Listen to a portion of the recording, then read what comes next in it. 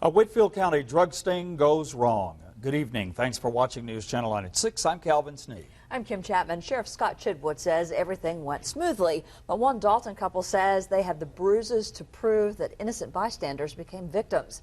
News Channel 9's Mikaya Thurmond has been investigating their story. She joins us now with the details. Mikaya. Kim, Calvin, imagine being carjacked outside of a bank and police believe you're the suspect. That's what one Dalton couple says happened to them as deputies pulled them out of their car and used a stun gun. We became victimized on that. Almost a week later, and the makers are still traumatized from what they call a drug sting gone wrong. Last week, Daniel and his wife, Judy, were parked in this Wells Fargo lot. Little did they know Whitfield County deputies were across the street conducting a drug sting. But all of a sudden, something unexpected when the primary suspect, Noe Hernandez, took off running across the street. And as we're driving out of the parking lot, this guy jumps in my window, pulling my hair. Judy sat in the passenger seat while her husband was in the driver's.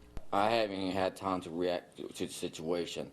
I know he was pushing on my leg to get the gas going. As Daniel and Judy froze in fear, deputies came running and screaming commands. To turn off the engine as the cops are pulling a guy out of my window.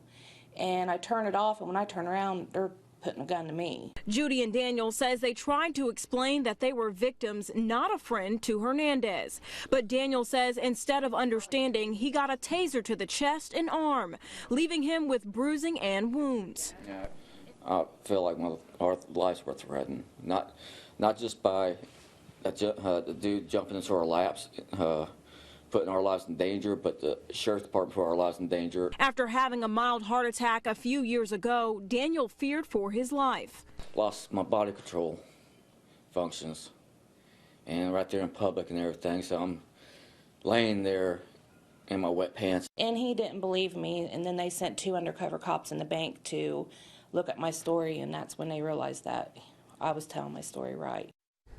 The makers want someone to be held accountable. Hernandez remains in Whitfield County's jail with no bond. Now, when I did speak with the sheriff, he told me that he didn't see anything wrong with the investigation. As he sees it, he says everything went smoothly. Kim.